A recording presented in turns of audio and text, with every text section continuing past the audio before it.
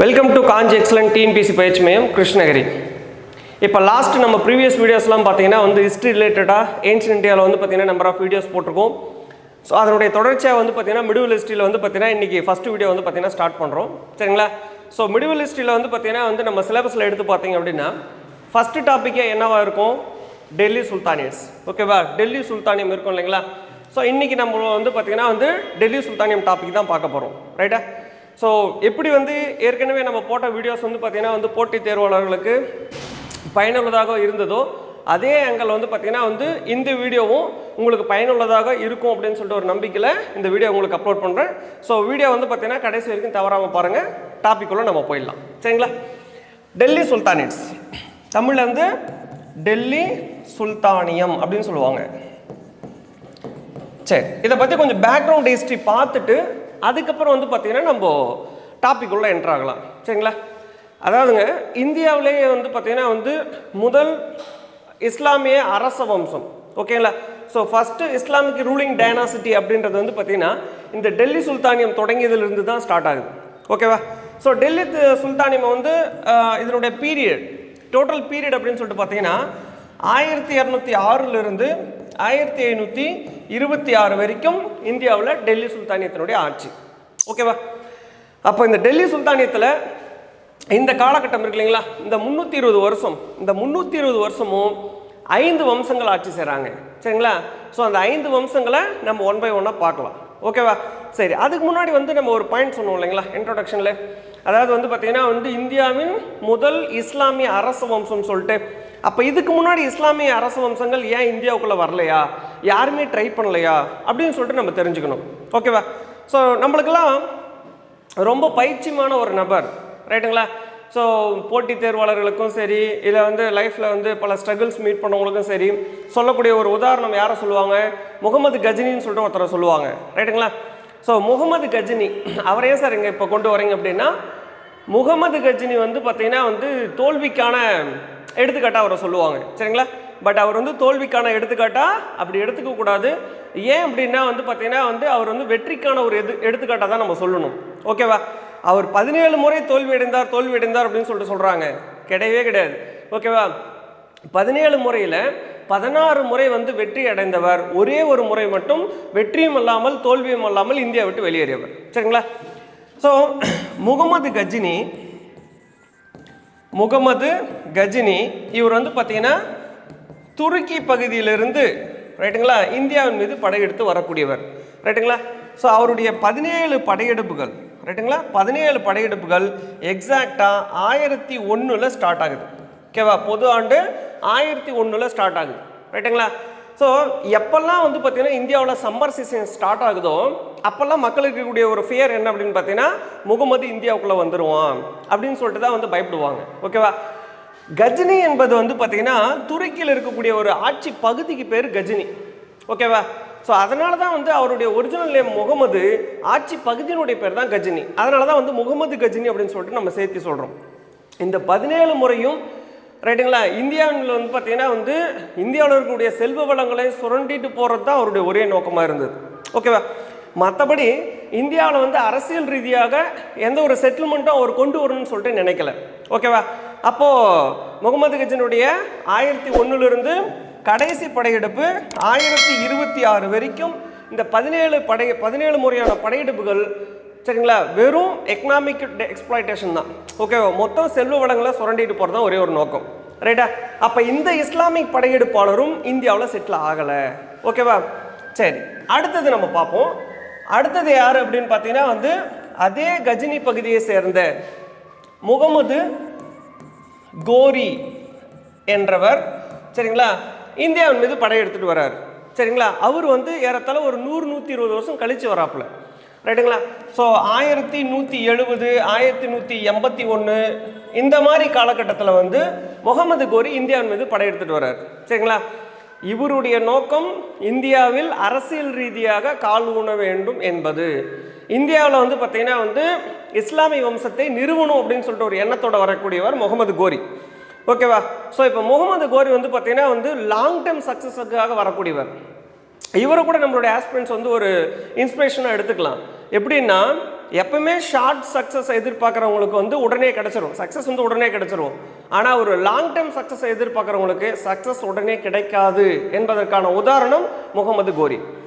ஏன்னா முகமது கஜினி வந்து பார்த்தீங்கன்னா இந்தியாவுடைய செல்வ வளங்களை சுரண்டிட்டு உடனே போயிடணும், ஓகேவா? அதனால் வந்து பார்த்தீங்கன்னா அவருக்கு வந்தார், உடனே சக்ஸஸ் ஆகிட்டு போயிட்டாப்புல. ஆனால் கோரி ஏறத்தாழ 320 வருஷம் வந்து இந்தியாவில் டெல்லி சுல்தான் நிறுவதற்கு காரணமானவர் முகமது கோரி, ஓகேவா?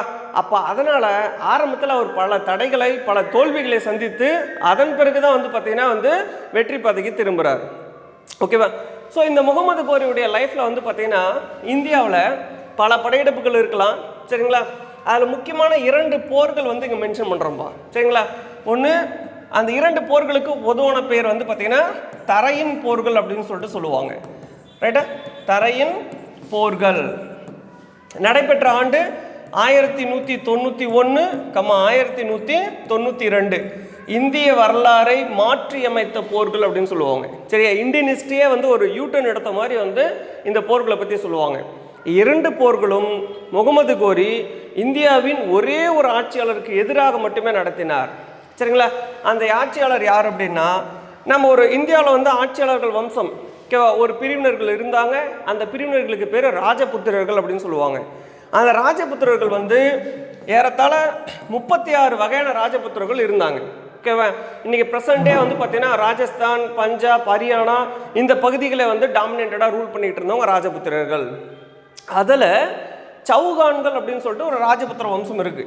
அந்த சௌகான்கள் வம்சத்தை சேர்ந்த பிருத்திவிராஜ் சௌஹான் 3, 3ஆம் பிருத்திவிராஜ் சௌஹான் என்பவருக்கு எதிராக மட்டுமே இந்த 2 தரையின் போர்கள் நடைபெற்றது. முதல் போரில் நம்ம பிருத்திவிராஜ் வின் பண்ணிட்டார்.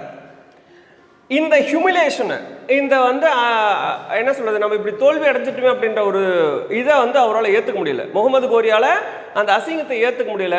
அடுத்த வருஷமே வந்து திரும்ப வந்து ஒரு பெரும்படையை திரட்டிக்கிட்டு வந்து இந்தியாவில் 2வது தரையின் போரில் ஈடுபடுறாரு. இந்த சேம் பிருத்திவிராஜ் சௌஹானுக்கு எதிராக இப்போரில் முகமது கோரி வெற்றி பெற்றார், ஓகேவா? ஸோ இது வந்து பார்த்தீங்கன்னா இந்தியாவில் வந்து அவர் கால் ஊனுவதற்கான ஒரு முக்கியமான பேஸாக நம்ம பார்க்குறோங்க, ரைட்டுங்களா?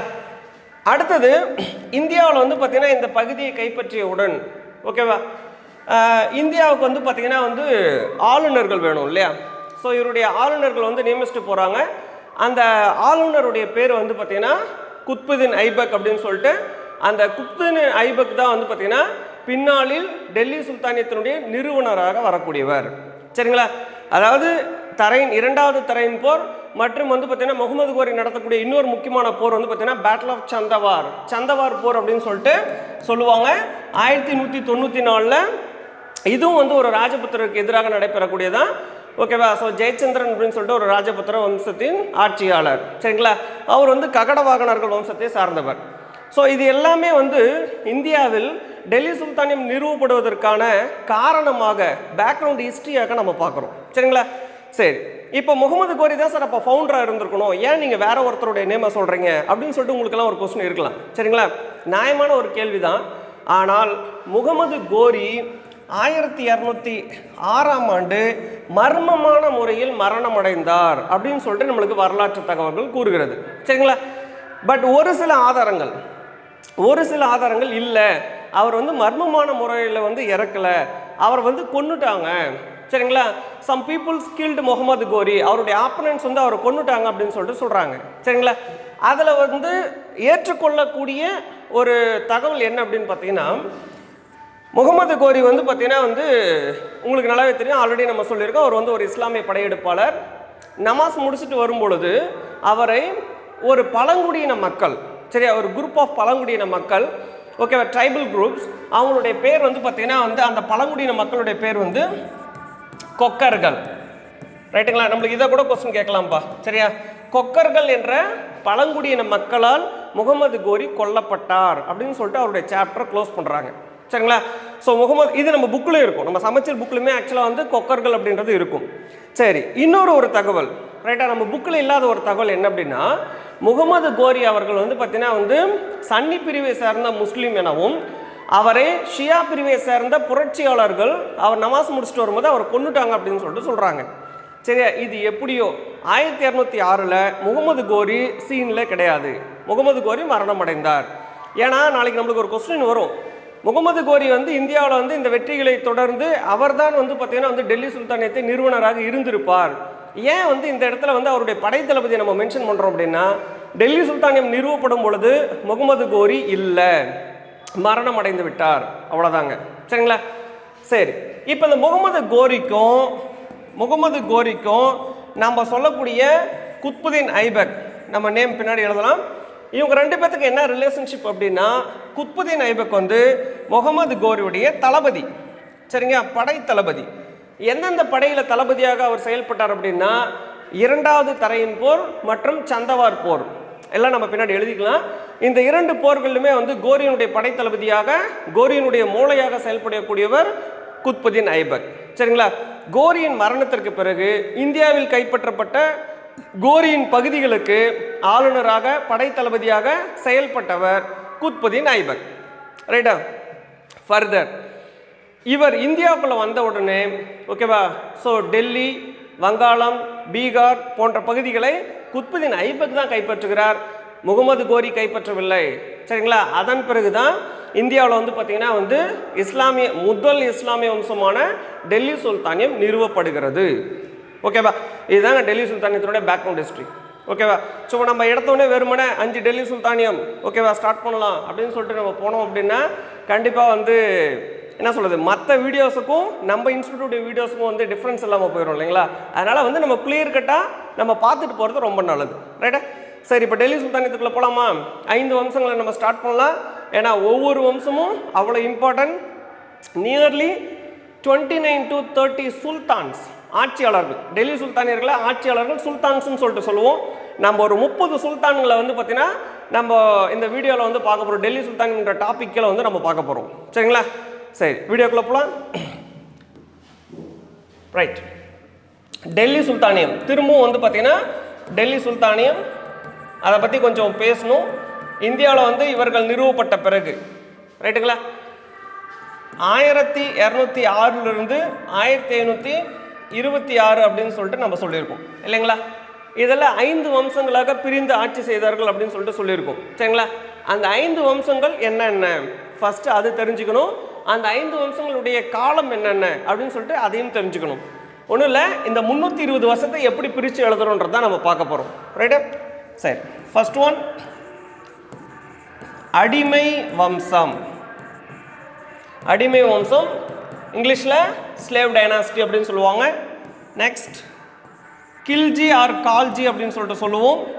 ரைட்டுங்களா? Khilji or Khalji. Third one Tughlaq வம்சம். Tughlaq dynasty. Fourth one Sayyid வம்சம், Sayyid dynasty. Then last one Lodi வம்சம், லோடி டைனாசிட்டி. ஓகேவா?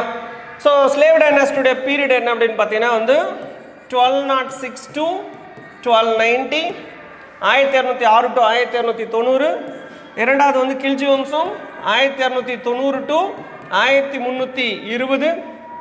துக்ளக் வம்சம் 1320 to 1414.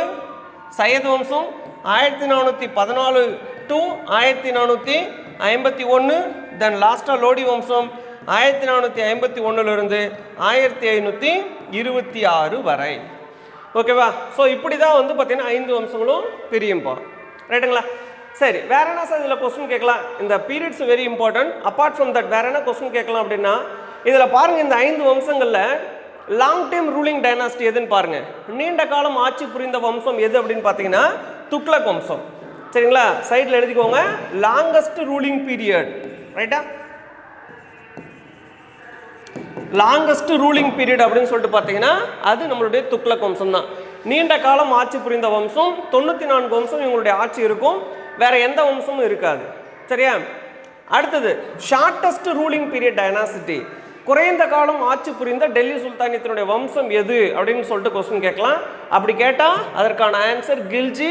ஏன்னா கில்ஜி வம்சம் பாருங்க வெறும் 30 வருஷம் தான் ரூல் பண்ணியிருக்காங்க.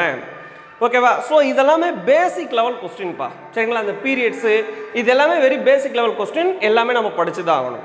ரைட்டா? சரி, ஒவ்வொரு வம்சமும் நம்ம பார்க்க ஆரம்பிச்சிடலாமா? ஃபர்ஸ்ட் அடிமை வம்சம். ஓகேவா? அடிமை வம்சம். Slave dynasty.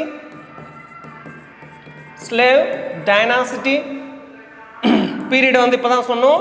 வீடியோ பாஸ் பண்ணிட்டு பீரியடை வந்து சொல்லி பாருங்கள். ஓகேங்களா? ஸோ கண்டினியூஸாக வந்து பார்த்தீங்கன்னா பார்த்து வந்து நீங்கள் மக்கப் பண்ணக்கூடாது. சொன்ன விஷயத்தை டிவைன் பண்ணி பார்த்துக்கணும். சரியா? 1206 to 1290 அடிமை வம்சம். சரிப்பா, ஏன் வந்து அடிமை வம்சம்னு பேர் வச்சுருக்காங்க? இந்தியாவினுடைய முதல் இஸ்லாமிய வம்சம்னு சொல்லிட்டு சொல்கிறோம். அப்படி இருக்கும்போது எப்படி வேணாலும் பேர் வைக்கலாம் இல்லைங்களா? சரிங்களா? ஸோ அந்த ஒரு புனித பேர் ஏதோ ஒன்று பேர் வச்சுருக்கலாம். ஆனால் ஏன் அடிமை வம்சம்னு சொல்லிட்டு பேர் வச்சாங்க? அதுக்கான ரீசன் இருக்குது. ஏன்னா முகமது கோரி அடிமையாக தன்னுடைய வாழ்க்கையை ஸ்டார்ட் பண்ணவர். ஓகேங்களா? அதுக்கப்புறம் வந்த குத்புதீன் ஐபக் அடிமையாக தன்னுடைய வாழ்க்கையை ஸ்டார்ட் பண்ணவர். ஸோ குத்புதீன் ஐபக் வந்து பார்த்தீங்கன்னா நிறுவனர்னு சொல்லிட்டு ஆல்ரெடி நம்ம சொல்லியாச்சு, திரும்ப பேசியிருக்கோம். அவர் வந்து பார்த்தீங்கன்னா ஒரு அடிமையாக இருக்கும் பொழுது அவரை கொண்டு போயிட்டு வந்து பார்த்தீங்கன்னா வந்து ஒரு கடையில் வேலை செஞ்சுட்டு இருக்காரு. அவரை கொண்டு போயிட்டு வந்து முகமது கோரினுடைய படைகளில் ஒரு அடிமையாக, ஒரு 10,000 பேர் இருக்கக்கூடிய ஒரு படையில் வந்து ஒரு அடிமையாக சேர்த்துட்டு வராங்க. ஸோ அந்த 10,000 பேர் இருக்கக்கூடிய அந்த அடிமை படையில் இருந்து கடைசியாக வந்து என்ன சொல்லியிருக்கோம்? 2ஆம் தரையின் போர், சந்தாவர் போரில் வந்து படைத்தளபதினு சொல்லியிருக்கோம். அப்போ 10,000 பேர்களில் ஒருவனாக இருந்து 10,000 பேர்த்துக்கு தலைவனாக இருக்கிறான் அப்படின்னா கண்டிப்பாக குத்புதீன் ஐபக்கை நாம் வந்து பார்த்தீங்கன்னா வந்து ஒரு என்ன சொல்கிறது, ஒரு ரோல் மாடலாக நம்ம எடுத்துக்க முடியும். ஓகேவா? சரி, ஓகே. இப்போ குத்புதீன் ஐபக் வந்து பார்த்தீங்கன்னா அடிமையாக இருந்து தன்னுடைய வாழ்க்கையை ஸ்டார்ட் பண்ணதுனால தான் இந்த வம்சத்துக்கு அவங்க அடிமை வம்சம்னு சொல்லிட்டு பேர் வச்சுருக்காங்க. ஓகேவா? இதுக்கு இன்னொரு பேரும் இருக்குங்க. அடிமை வம்சத்துக்கு இன்னொரு பேர் வந்து பார்த்தீங்கன்னா மாமலூக் வம்சம் அப்படின்னு சொல்லிட்டு சொல்லுவாங்க. மாமலூக் டைனாசிட்டி அப்படின்னு சொல்லிட்டு சொல்லுவாங்க. சரியா? இன்னொரு பேரும் இருக்கு, otherwise called as Ilbari dynasty. Ilbari வம்சம். பாருங்க, ஒரே ஒரு டைனாசிட்டிக்கு எத்தனை பேருன்னு பாருங்க. இந்த ஒரு வம்சத்துக்கு மட்டும் தான் இவ்வளோ நேம்ஸ் இருக்கும், வேற எந்த வம்சத்துக்கு இவ்வளோ நேம்ஸ் வராது. சரிங்களா? ஸோ அடிமை வம்சம், மாமலூக் வம்சம் அல்லது இல்பாரி வம்சம் எல்லாமே ஒரு வம்சத்தை தான் குறிக்கும். சரியா? சரி, இப்போ டாபிக் உள்ள போய், அதாவது வந்து இந்த வம்சம் வந்து எப்படி ஸ்டார்ட் ஆகுது, இதனுடைய ஃபவுண்டர்ஸ் யார், ஆட்சியாளர்கள் யார் அப்படின்னு சொல்லிட்டு ஒன் பை ஒன்னாக பார்க்க ஆரம்பிச்சிடலாமா? ரைட். டெல்லி சுல்தானியத்தினுடைய நிறுவனர் அல்லது அடிமை வம்சத்தின் நிறுவனர். ஓகேவா? The founder of Delhi sultanate or the founder of slave dynasty இப்படின்னு கேட்டால் த ஆன்சர் குத்புதீன் ஐபக். குத்புதீன் ஐபக்.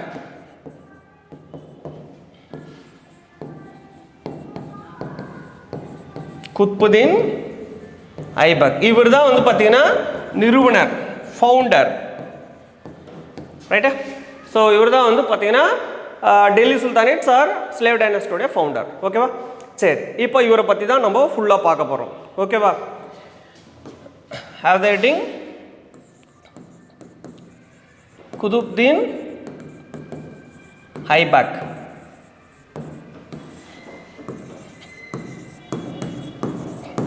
குத்புதீன் ஐபக் இவரோட பீரியட் வந்து பார்த்தீங்கன்னா 1206 to 1290. சரிப்பா, 1206 to 1210. அதாவது பார்த்தீங்கன்னா 1206 1210 ஜஸ்ட் இந்த 4 இயர்ஸ் வந்து பார்த்தீங்கன்னா டெல்லி சுல்தானேட்ஸினுடைய ஃபவுண்டர் வந்து பார்த்தீங்கன்னா வந்து ரூல் பண்ணிக்கிட்டு இருக்காரு. ஓகேவா? சரி, இவரை பற்றி வந்து சும்மா பேசிக்காக நம்ம தெரிஞ்சுப்போம். இவரை பற்றி எலாபரேட்டாக நம்ம பார்க்கலாம். ஃபர்ஸ்ட் ஆஃப் ஆல், இவர் வந்து பார்த்தீங்கன்னா வந்து இவருடைய ஆட்சி காலத்தில் டெல்லி சுல்தானேத்தினுடைய இனிஷியல் கேபிட்டல் வந்து பார்த்தீங்கன்னா லாகூராக இருக்குங்க. ஆரம்பகால தலைநகரம் வந்து லாகூர். பின்னாளில் தலைநகரத்தை, ஓகேவா, ஸோ கேபிட்டலை வந்து பார்த்தீங்கன்னா டிரான்ஸ்ஃபர் பண்ணுறாரு எங்கே? டெல்லிக்கு. சரிங்களா? லாகூர் டு டெல்லி இதை வந்து டிரான்ஸ்ஃபர் பண்ணது யார் அப்படின்னு சொல்லிட்டு கேட்பாங்க. ஓகேவா? So what is the initial capital of Delhi sultanates அப்படியும் கொஸ்டின் வரும். ஓகேவா? ரைட். அடுத்தது இவர் என்ன சொல்லியிருக்கோம்? இந்தியாவில் வந்த பிறகு இவர் தான் வந்து டெல்லி, வங்காளம், பீகார் பகுதிகளை கைப்பற்றினார்னு சொல்லிட்டு நம்ம சொன்னோம் இல்லைங்களா? அதையும் நம்ம எழுதிக்கணும். குத்புதீன் ஐபக் இந்தியாவில் கைப்பற்றிய பகுதிகள். ஓகேவா? The following territories were captured by Qutbuddin Aibak. ரைட்டுங்களா? டெல்லி, பெங்கால் அண்ட் பீகார். டெல்லி, வங்காளம், சரிங்களா, டெல்லி மற்றும் பீகார் ஆகிய பகுதிகளை குத்புதீன் ஐபக் கைப்பற்றினார். ரைட்டுங்களா? அடுத்தது, ஸோ இவருடைய ஆட்சி காலம் தொடங்கியதிலிருந்து வார்கள் எதுவும் கிடையாதுங்க. இவர் ஆட்சி காலத்திற்கு முன்பாகத்தான் வந்து போர்களை பார்க்குறோம். பட் இவருடைய ஆட்சி காலத்தில் அந்த 4 வருஷத்தில் எந்த ஒரு போரும் நடக்கலை. சரிங்களா? ஸோ அரியணை ஏறுவதற்கு முன்பாக குத்புதீன் ஐபக் யார்? ஓகேவா? இந்த கொஸ்டினுக்கு வந்து நம்மளுக்கு விட தெரியணும். நம்ம ஆல்ரெடி சொல்லியிருக்கோம், குத்புதீன் ஐபக் முகமது கோரியின் படை தளபதி. சரிங்களா? ஸோ குத்புதீன் ஐபக் ஷார்ட்டாக வந்து குத்புதீன் ஐபக் இப்படி எழுதிக்கலாம், கோரியுடைய படை தளபதி, கோரியின் படை தளபதி. இவர் எந்தெந்த போரில் ஈடுபட்டிருக்காரு? முகமது கோரியின் சார்பாக எந்தெந்த போரில் வந்து பார்த்தீங்கன்னா ஒரு தளபதியாக வேலை செஞ்சிருக்காரு? 2ஆம் தரையின் போர், 2ஆம் தரையின் போர் மற்றும் சந்தவார் போர். 2ஆம் தரையின் போர் மற்றும் சந்தவார் போர் 1194. சரிங்களா? இந்த 2 போர்களுமே படைத்தளபதியாக, கோரியின் படைத்தளபதியாக பணிபுரிந்தவர் குத்புதீன் ஐபக். என்ன சொல்றாங்க அப்படின்னா நம்மளுடைய வரலாற்று அறிஞர்கள், ஒருவேளை முதல் தரையின் போர்லேயே வந்து ஐபக் வந்து பங்கு பெற்றிருந்தால் கண்டிப்பாக முதல் தரையின் போர்லேயே வந்து முகமது கோரி வெற்றி அடைந்திருப்பார் அப்படின்னு சொல்லிட்டு சொல்கிறாங்க. ஸோ பங்கு பெறாததற்கு காரணம் நம்மளுக்கு வேண்டாம். 2வது தரையின் போர் மற்றும் சந்தவர் போர்களில் இவர் பங்கு பெற்றார். ரைட்டுங்களா? இப்போ அரியணையில் அமர்ந்தாச்சு. ஓகேவா? அரியணையில் அமர்ந்த பிறகு இவருடைய அட்மினிஸ்ட்ரேஷன் எப்படி இருந்தது? ஓகேவா? ஏன் வந்து வெறும் ஷார்ட் பீரியடில் வெறும் 4 வருஷத்தில் வந்து பார்த்தீங்கன்னா இவர் இறந்துட்டாரு அப்படின்ற மாதிரி நம்ம தெரிஞ்சுக்கலாம். அதாவதுங்க, விளையாட்டே வினையா போயிடும் அப்படின்னு சொல்லிட்டு சொல்லுவாங்கள்ல ஒரு பழமொழி. அந்த விளையாட்டே வினையா போனது இந்தியன் ஹிஸ்ட்ரியில் இவருக்கு தான். ஓகேவா? அதாவது விளையாடிக்கிட்டு இருக்கும்போது கீழே விழுந்து இறந்துட்டார். சரிங்களா? ஸோ அதனுடைய மரணத்தை பற்றி நம்ம அப்படி சொல்கிறோம், வரலாற்று அறிஞர்கள் அப்படி குறிப்பிட்றாங்க. குதிரை போலோ, ஹார்ஸ் போலோ. சரிங்களா? ஸோ போலோ விளையாட்டை வந்து பார்த்தீங்கன்னா குதிரை மேலே உக்காந்துட்டு விளையாடக்கூடிய ஒரு விளையாட்டு. அதை விளையாடிக்கிட்டு இருக்கும்போது கீழே தடுமாறி கீழே விழுந்து 1210 குத்புதீன் ஐபக் இறந்துடுறாரு. சரிங்களா? ஸோ அவருடைய அட்மினிஸ்ட்ரேஷன் இந்த 4 வருஷத்தில் இந்தியாவில் வந்து அவர் மேற்கொண்ட அட்மினிஸ்ட்ரேஷன் என்ன, முக்கியமான ஈவெண்ட்ஸ் என்ன அப்படின்னு நம்ம தெரிஞ்சுக்கணும் இல்லைங்களா? சரி, அவரோட பீரியடில் பார்த்தீங்கன்னா இந்தியாவில் வேகமாக பரவிய இன்னொரு முக்கியமான ஒரு மதத்தினுடைய ஒரு வழிபாடு. சரிங்களா? அது என்ன அப்படின்னு பார்த்தீங்கன்னா சூஃபிசம் அப்படின்னு சொல்லிட்டு சொல்லுவாங்க. சூஃபிசம் கேள்விப்பட்டிருப்பீங்க. சூஃபிசம் அப்படின்னா தூய்மையான இஸ்லாத்தை, தூய்மையான இஸ்லாம் மதத்தை உலகம் முழுவதும் பரப்புவது என்பதுதான் இந்த சூஃபிசத்தினுடைய நோக்கம். ஓகேவா? பாரசீகத்தில் வந்து பார்த்தீங்கன்னா வந்து 11ஆம் நூற்றாண்டில் 10ஆம் 11ஆம் நூற்றாண்டிலே வந்து பார்த்தீங்கன்னா அறிமுகமான இந்த சூஃபிச இயக்கம் உலகம் முழுவதுமாக பரவ ஆரம்பித்தது. இந்தியாவிற்குள்ள வந்து பார்த்தீங்கன்னா 11ஆம் 12ஆம் நூற்றாண்டுக்குள்ள இந்தியாவிற்குள் நுழைந்தது. ஓகேவா? ஸோ இந்தியாவில் வேகமாக பரவ ஆரம்பித்ததுக்கான காரணம் என்னன்னு பார்த்தீங்கன்னா இங்கே டெல்லி சுல்தானியம் இல்லைங்களா? அப்போ அதுக்கு முன்னாடியெல்லாம் வந்து இவங்க இந்தியாவில் வந்து பரவ முடியல, சூஃபிசத்தை பரப்ப முடியல. அப்போ அந்த சூஃபிசம்ன்ற ஒரு இயக்கத்தை சார்ந்த துறவிகள் பல பேர் வந்து பார்த்தீங்கன்னா வந்து இஸ்லாமிய ஆட்சியாளர்கள் காலம் முடிகிற வரைக்கும் இந்தியாவுக்கு வந்துக்கிட்டே இருப்பாங்க, சூஃபிச இயக்கத்தை வந்து இந்தியாவில் பரப்பிட்டே இருப்பாங்க. சரியா? ஸோ அவ்வாறு பார்க்கும் பொழுது இந்தியாவிற்குள் இவருடைய ஆட்சி காலத்தில் வந்த ஒரு சூஃபிச துறவி அப்படின்னு சொல்லிட்டு பார்த்தீங்கன்னா அவரோட பேர் வந்து பார்த்தீங்கன்னா ख्वाजा குத்புதீன் பக்தியார். ख्वाजा குத்புதீன் பக்தியார் என்ற சூஃபிச துறவி இந்தியாவிற்குள்ள இவரோட பீரியடில் வந்திருக்காரு. இவரின் நினைவாகத்தான் குத்புதீன் ஐபக் டெல்லியில் குதுப் மினார் என்ற ஒரு கட்டிடத்தை வந்து கட்ட ஸ்டார்ட் பண்ணது. சரிங்களா? யாருடைய நினைவாக? சூஃபிச துறவியான ख्वाजा குத்புதீன் பக்தியார் நினைவாக டெல்லியில் குதுப் மினார் கட்டுவதற்கு அடித்தளம், ஜஸ்ட் பேஸ் தான் போட்டிருக்காரு. பட் இவர் கம்ப்ளீட் பண்ணலை. ஓகேவா? சரி, அடுத்தது வேற என்ன நிகழ்வு இவரோட பீரியட்ல அப்படின்னு பார்த்தீங்கன்னா, ஸோ இவர் டெல்லியின் அரியணையில் உட்கார்ந்ததுக்கு அப்புறம் மதத்தை பரப்புவதற்காக அல்லது வந்து இவர் வேண்டி வருபவர்களுக்கு பொன்னும் பொருளும் லட்சமாக வாரி வழங்கினாருன்னு சொல்லிட்டு சொல்றாங்க. அதற்காக இவருக்கு வழங்கக்கூடிய ஒரு சிறப்பு பெயர் லாக் பாக்ஷ். ஸோ இந்தியன் ஹிஸ்ட்ரியில் ஆர் டெல்லி சுல்தானேட்ஸில் லாக் பாக்ஷ் என அழைக்கப்பட்டவர் யாருன்னு சொல்லிட்டு கொஸ்டின் கேட்பாங்க. ஓகேவா? யாரு? நம்மளுடைய குத்புதீன் ஐபக். சரியா? அடுத்தது இவரோட பீரியடில் 2 மசூதிகள் கட்டப்பட்டு இருக்கும். சரிங்களா? ஒன்று அதாய் தீன் க சோப்ரா. இந்த மசூதி வந்து பார்த்தீங்கன்னா இவர் அஜ்மீரில் கட்டியிருப்பார். 2வது மசூதி வந்து கோவத் உல் இஸ்லாம். கோவத்துல் இஸ்லாம் என்ற மசூதி, இதை வந்து இவர் வந்து டெல்லியில் கட்டியிருப்பார். சரிங்களா? 2 ரொம்ப முக்கியமான மசூதிகள். இன்னைக்கு வரைக்கும் வந்து பார்த்தீங்கன்னா அது ஒரு டூரிசம் பிளேஸாக டெல்லியிலையும் அஜ்மீர்லையும் திகழ்ந்து கொண்டு இருக்கிறது. சரிங்களா? சரி, அவருடைய மரணத்தை நம்ம குறிப்பிட்டலாம். கடைசியாக அவர் எப்படி இறந்தார் அப்படின்னு சொல்லிட்டு. ஸோ இவருடைய மரணம் வந்து 1210. நம்ம ஆல்ரெடி நம்ம சொன்னது தான். குதிரை போலோ. ரைட்டா? குதிரை போலோ. இன்னொரு பேர் இருக்கு, அதுக்கு பேரை வந்து சவுகான் அப்படின்னு சொல்லிட்டு சொல்லுவாங்க. இந்த முறையில், ஓகேவா, இந்த விளையாட்டு முறையில் குத்புதீன் ஐபக் மரணம் அடைந்தார். சரிங்களா? ஸோ குதிரை போல முறையில் இறந்தவர் யார் அப்படின்னு சொல்லிட்டு நம்மளுக்கு கொஸ்டின் கேட்பாங்க. அதுக்கு ஆன்சர் வந்து நம்மளுடைய ஃபவுண்டர், டெல்லி சுல்தானத்தினுடைய ஃபவுண்டரான குத்புதீன் ஐபக். சரிங்களா? குத்புதீன் ஐபக் பற்றி இவ்வளோதாங்க. வேற எந்த ஒரு என்ன சொல்கிறது இம்பார்ட்டன்ட் டாபிக்ஸும் வந்து இதை தாண்டி போகாது. இப்போ நம்ம பார்த்தது அத்தனையுமே வந்து இம்பார்ட்டன்ட் டாபிக் தான். ஸோ அவருடைய இனிஷியல் டைமில் இருந்து, சரிங்களா, அவருடைய இனிஷியல் டைமில் இருந்து அவர் யார், எங்கே ஒர்க் பண்ணிட்டு இருந்தார், எப்படி இருந்தார் அப்படின்னு சொல்லிட்டு நம்ம பார்த்தோம். சந்தாவர் போரில் பணிபுரிஞ்சார், தரையின் போர்களை பணிபுரிந்தார், கோரியினுடைய படைத்தளபதியாக வேலை செஞ்சுருக்காரு. இந்தியாவில் வந்து பார்த்தீங்கன்னா வந்து உள்ள நுழையும் பொழுது டெல்லி, வங்காளம் மற்றும் பீகார், சரிங்களா, போன்ற பகுதிகளை கைப்பற்றி இந்தியாவில் டெல்லி சுல்தானியம் நிறுவியவர். நிறுவனத்துக்கு அப்புறம் வந்து பார்த்தீங்கன்னா இந்தியாவில் டெல்லி சுல்தானியத்தினுடைய தலைநகரான லாகூர்லேருந்து டெல்லிக்கு வந்து இவர் மாற்றியிருக்கார்.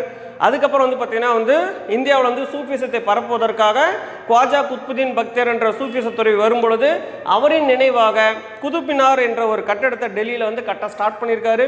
தென் 2 மசூதிகள், அதை தீன்கன் சோப்ரா மற்றும் குவாவத்துல் இஸ்லாம் அப்படின்ற 2 மசூதிகளை அஜ்மீர் மற்றும் டெல்லியில் கட்டியிருக்காரு. வரவங்க போகிறவங்க எல்லாத்துக்குமே லட்சமாக பொண்ணையும் பொருளையும் வாரி வழங்கியதனால், ஓகேவா, இவர் வந்து லாக் பாக்ஷ் என அழைக்கப்பட்டார். ஓகேவா? இறுதியாக இவருடைய மரணம் சவுகான் முறையில், அதாவது குதிரை போல விளையாடும் பொழுது இவர் மரணம் அடைந்தார் அப்படின்னு சொல்லிட்டு நம்ம பார்க்குறோம். ஓகேங்களா? ஸோ இவ்வளோதாங்க டெல்லி சுல்தானியத்தினுடைய ஃபவுண்டேஷன், டெல்லி சுல்தானியத்தினுடைய ஃபஸ்ட்டு டைனாஸ்டியினுடைய ஃபஸ்ட்டு ரூலர். சரிங்களா? மீதி நம்ம அடுத்த வீடியோவில் பார்க்கலாம். டெல்லி சுல்தானியனுடைய கண்டினியூஷன் நெக்ஸ்ட் வீடியோவில் நம்ம ஸ்டார்ட் பண்ண போகிறோம். தேங்க்ஸ் டு வாட்சிங்.